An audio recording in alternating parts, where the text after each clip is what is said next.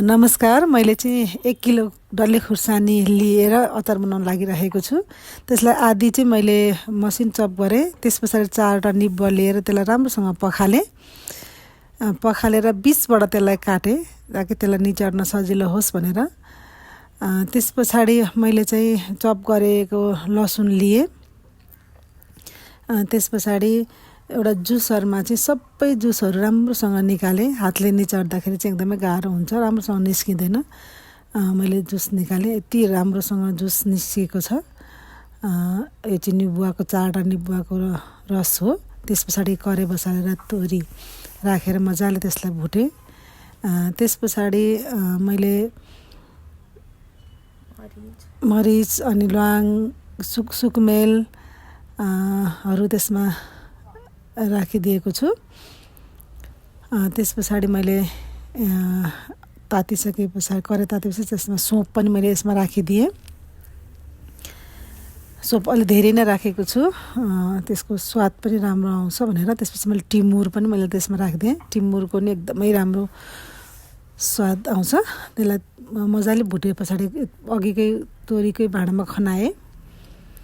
त्यसलाई चलाइसकेपछि एउटा मिक्सरमा हालेर मैले मजाले त्यसलाई चाहिँ ग्राइन्ड गरेँ र यतिको धुलो भइसके पछाडि मैले त्यसलाई फेरि एउटा बलमा खनाएँ र हाम्रो चाहिँ मसला तयार भयो। र त्यसै मिक्सरमा मैले डल्ले खुर्सानीलाई पनि राखेँ, अघि चप गरेर राखेको, र अघि चप गरेको लसुनलाई पनि मैले त्यसैमा राखेँ।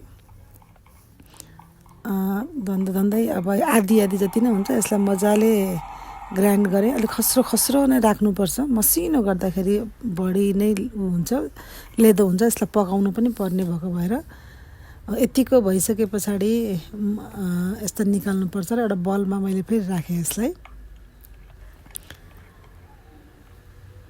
यसरी राखिसकेपछि एउटा कराई राखेर बसालेर मैले चाहिँ तेल राखेँ। त्यस पछाडि मेथी फुराएँ।